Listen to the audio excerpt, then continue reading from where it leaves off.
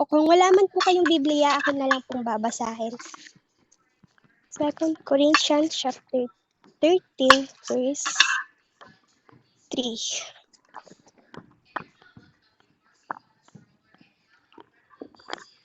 Wait lang po.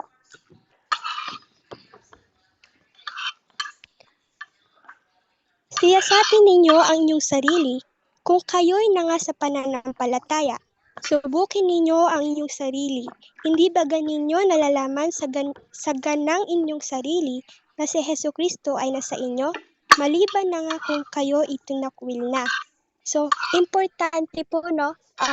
Mas importante po na i-check po natin yung mga sarili natin kung may pananampalataya po ba tayo o may mali tayong pananampalataya. Kasi po, may mga iba't ibang faith po, like short faith, half faith, then wait lang po.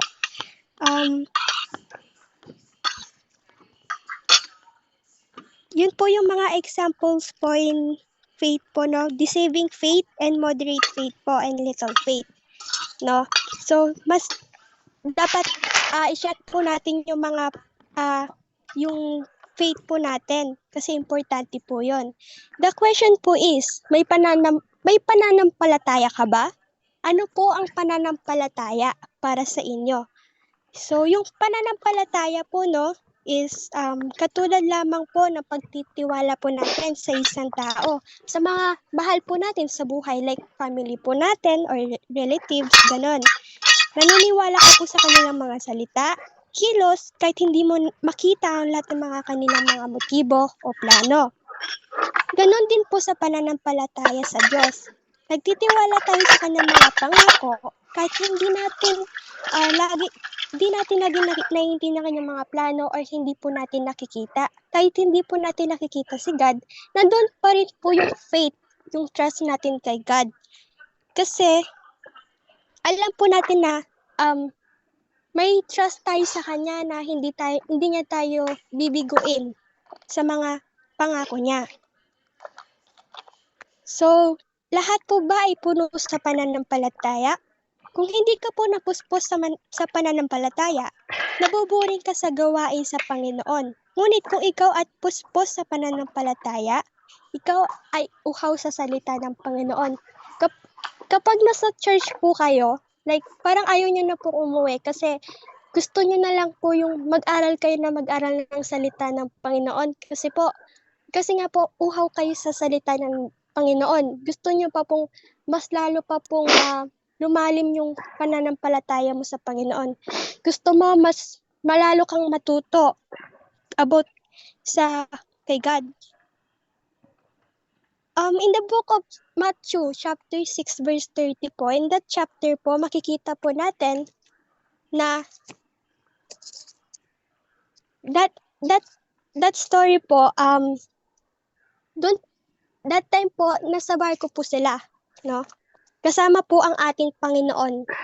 Then, andun po yung mga tagasunod ng ang ating Panginoon. Then, nagkaroon po ng matinding ulan po noon that time.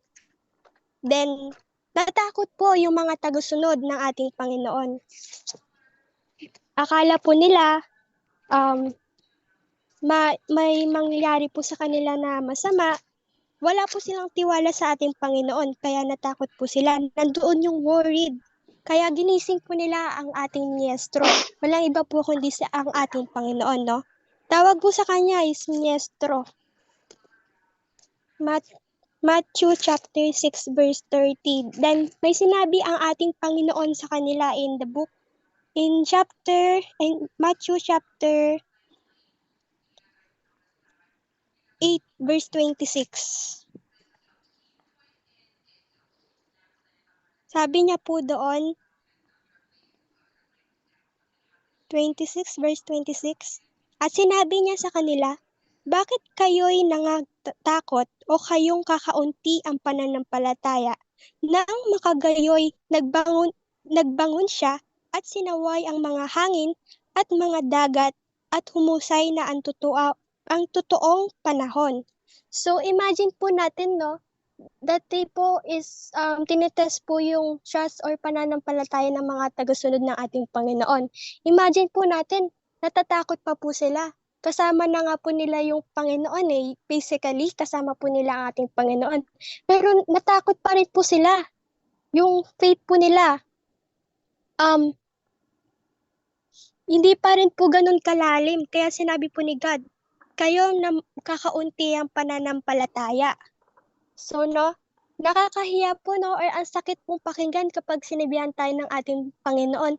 What else pa po kaya na tayo mga mananampalataya na servant of God?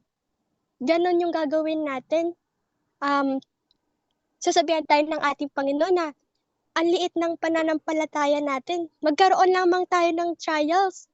Nandiyan na yung worried, nandiyan na yung hindi ka na mag-pray.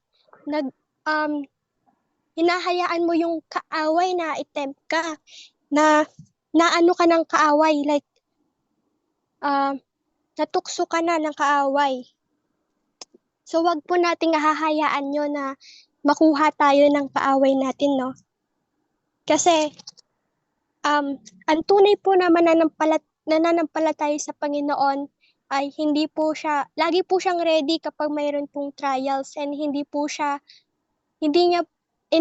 nagpapatalo sa kaaway. And yung tayong mananampalataya po is para po tayong sundalo. Dapat lagi tayong ready, no? Kapag may digmaan, trials, temptation.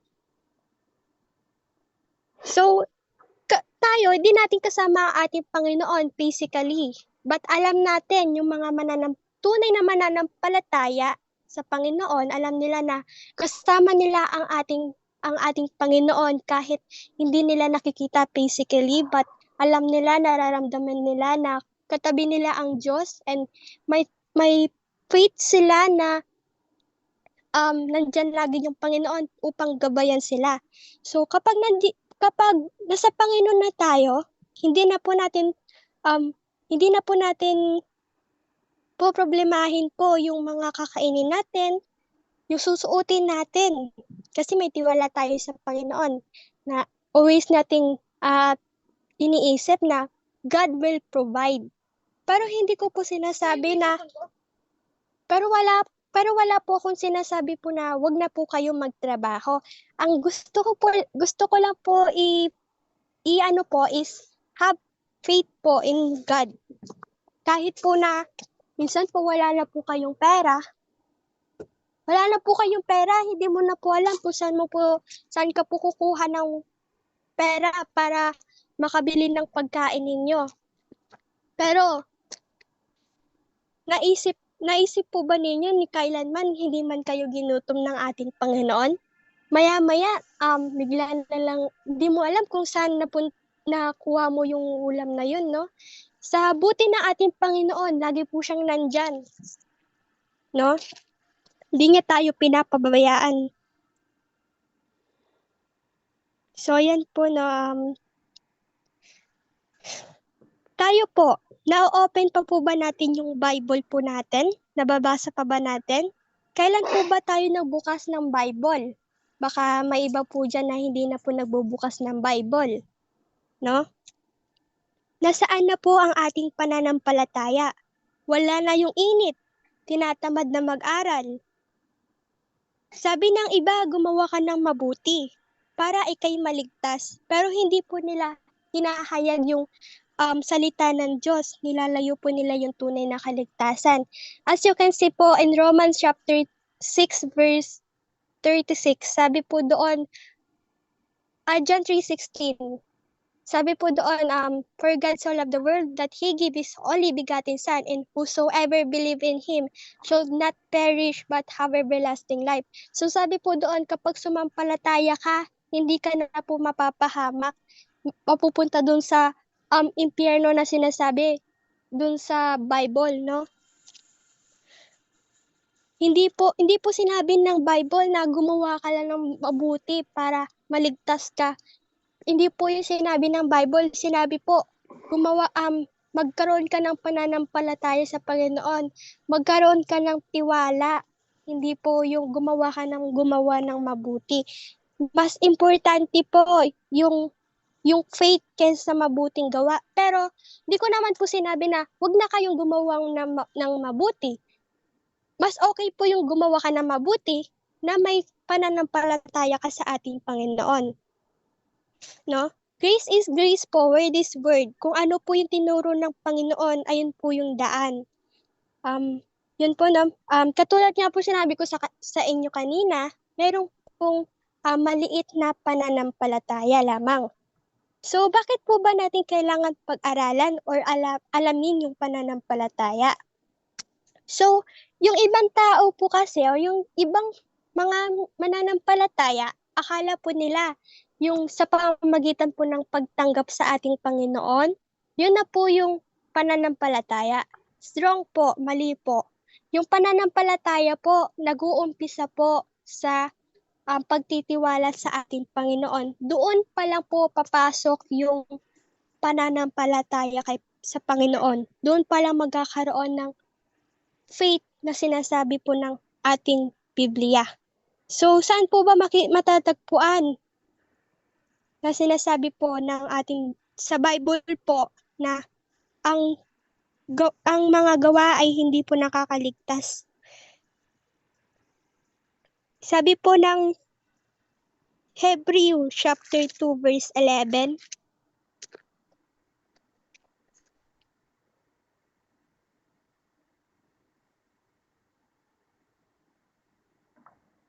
Yan po.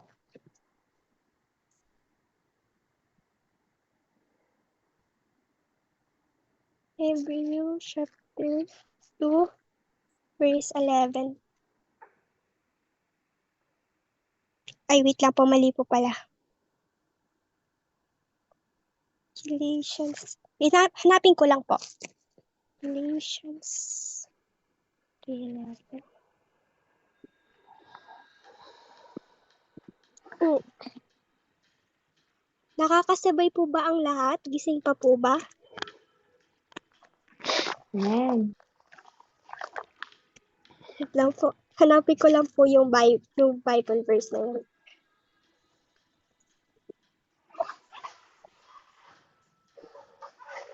Galatians chapter 3 verse 11.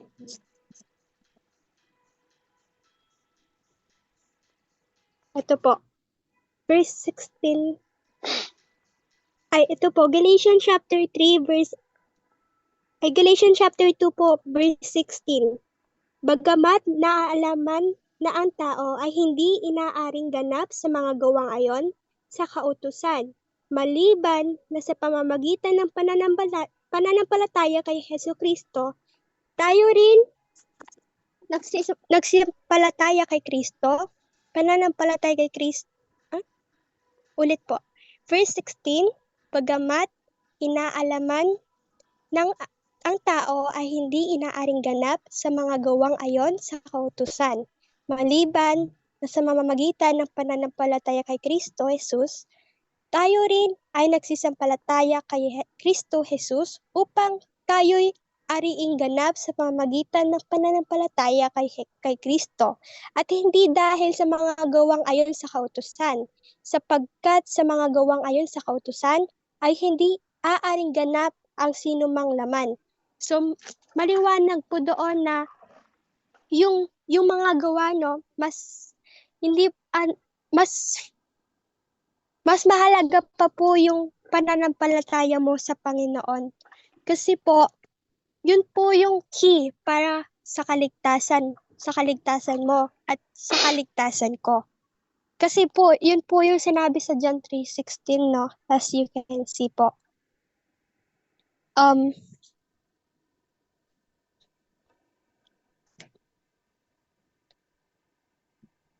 So,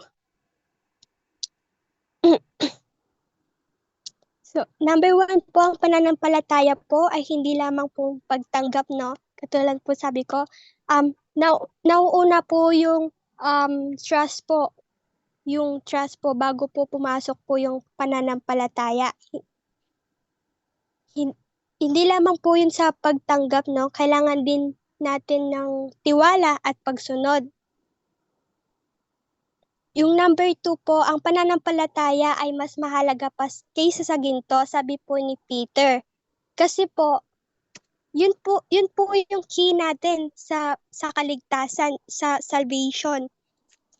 Para makuha natin yung gift na yon, yung salvation na binigay sa atin ng ating Panginoon. Nasa atin na lang po if magtitiwala tayo sa Panginoon or hindi. Or sasampalataya tayo or hindi. So, kailangan po natin suriin ang ating mga sarili, no? Kailangan po natin i-check kung meron tayong pananampalataya, kung meron tayong maliit na pananampalataya. Dapat po, tinatanong natin yung sarili natin kung mayroon tayong pananampalataya. Masakit po kapag inisip na, pag sinabi ng ating Panginoon in the end of the day, nang nasa langit na po tayo, tinatanong na tayo ng ating Panginoon kung ano nang ginawa natin para sa Kanya. Then, hindi niya tayo kilala. No? Yun po yung masakit. Hindi ka kilala ng ating Panginoon, lumayo ka. Sabi niya, hindi kita nakikilala. So, you must check po yourself po kung may pananampalataya ka sa ating Panginoon o baka naman po may mga Kristiyano po kasi or mga lingkod ng Panginoon na pakitang kilos lamang po. Pero kapag sa bahay na po, wala na po yung Kristiyano na pag-uugali. Yung gusto ng ating Panginoon, sabi po sa Bible, magsibanal po kayo. Yung mga magsibanal kayo, sabi ng ating Panginoon. Yun po yung kagustuhan ng ating Panginoon. Opo, nagkakamali pa po tayo kasi nandito pa tayo sa lupa. Pero, dahil nga po sa pamamagitan ng ating Panginoon, naging malinis na tayo ulit. So, nasa atin, dapat lamang na umiwas tayo, maging sensitive tayo sa paggawa ng kasalanan. Nasa atin na lang po yan kapag magpapatukso tayo or hindi. Kaya nga po, sinabi ng ating sa Bible po, na lagi nating buksan ang ating Bible, pag-aralin natin para malayo tayo sa tukso, para hindi ka madaling tuksohin ng kaaway. Yung ibang Kristiyano po, ang dali-dali po nilang matukso. Kasi bakit po? Wala silang prayer life. Yung pagbabasa po ng Biblia. Yung prayer life po, mahalaga po yun. Kasi po, yung prayer life po na yun, doon po tayo lumalakas, doon po tayo nagkakaroon ng, doon po tayo nagkakaroon ng strength po galing kay God, doon po tayo nakakapag-communicate kay God. Kapag wala tayong communication kay God, tapos nangihina pa yung spiritual mo, ano na po mangyayari? Mapapalayo ka sa ating Panginoon. Tapos hindi ka pa mag-aattend ng Bible study, paano kanyan lalago? Sabi, lagi mong pinag-pray, Lord, sana lumago na ako sa pananampalataya. Tapos yung ginagawa mo, hindi ka nag-aaral ng salita ng Panginoon. Kapag nagkaroon ka ng problems, ng trials, temptation, wala na yung prayer life, wala na yung pag-aaral ng salita mo sa Panginoon, tapos hindi ka pa mag-aattend ng Bible study. Tapos halos ayaw mo nang umattend sa Bible study, ayaw mo na din makita yung mga kapatiran mo in pananampalataya. 'Di ba? Ganun po. Mas lalo kang mapapalayo kapag wala po yung mga naibanggit ko, no? Importante po yun, mas lalo na po yung prayer life. So, ayun po, no? Kung gusto niya pong lumago, sundin niyo po yung utos ng ating Panginoon. No? Wala pong mahirap kung mahal po natin ng Panginoon. Wala pong, hindi ka magpapatukso, hindi ka matutukso kahit na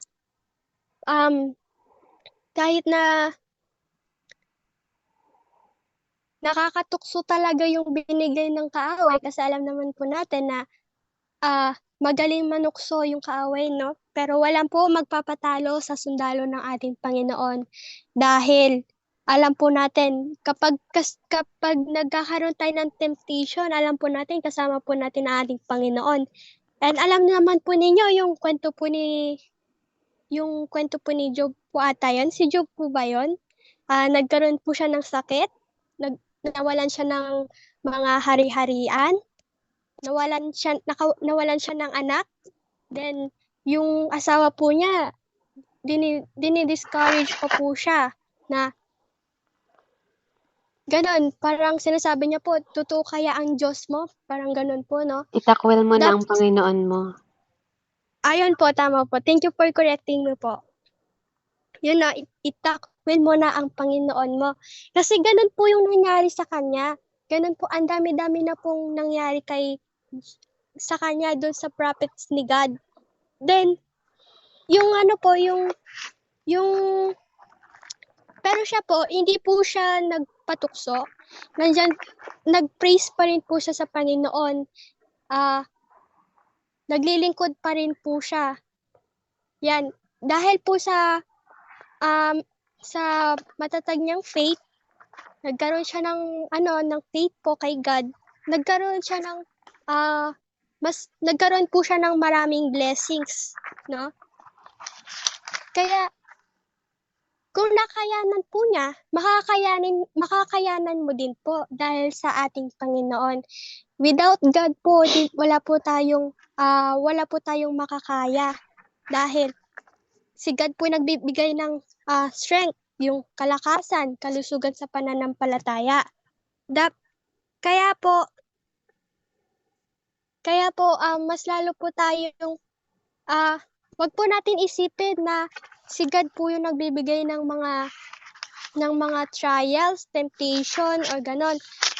Wag mo po isipin na binibigyan kanya ng trials kasi gusto kanyang mahirapan. Hindi po. Gusto ka po niyang lumago sa pananampalataya. Ikaw lamang po yung lumalayo sa ating Panginoon kapag nagkakaroon ka ng problems. Kaya kapag nanghihina yung spiritual mo, lagi kang mag-aral ng salita ng Panginoon kasi po, yung salita ng Panginoon, siya po yung nagpapalakas sa ating spiritual, napapakain po yung spiritual natin. Kung yung physical po natin, pinapakain natin para hindi manghina yung katawan natin, ganun din po sa spiritual po natin. Dapat pinapakain natin yung spiritual natin and dagdagan natin ng prayer life, no? So, yung pagtitiwala po sa ating Panginoon, yan, mahirap man minsan kasi hindi mo siya nakita physically, no? Unlike sa mga disciples dati. Pero, ang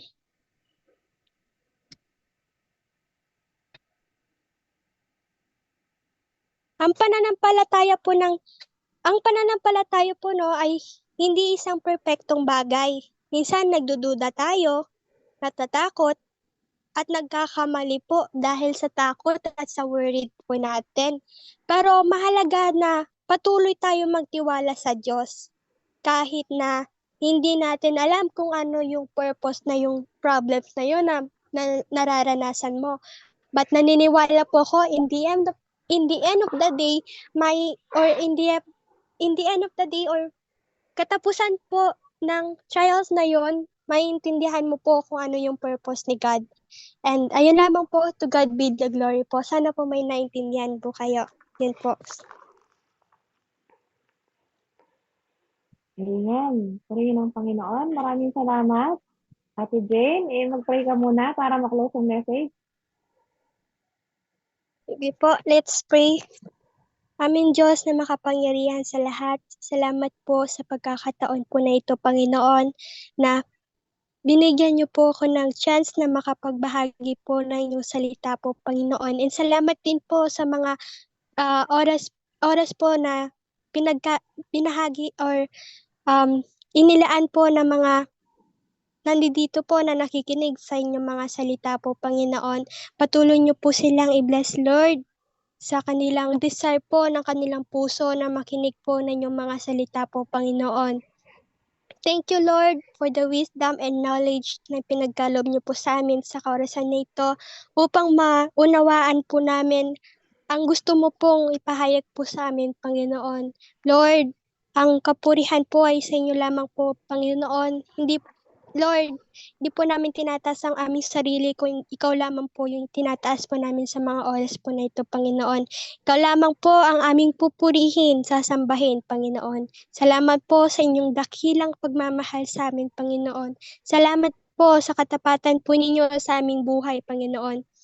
Manatili po kayong gumabay sa amin, Panginoon. More patient po sa amin, Panginoon. Maraming salamat po, Panginoon. Guide us, Panginoon, hanggang sa matapos po ang aming Bible study po, Panginoon.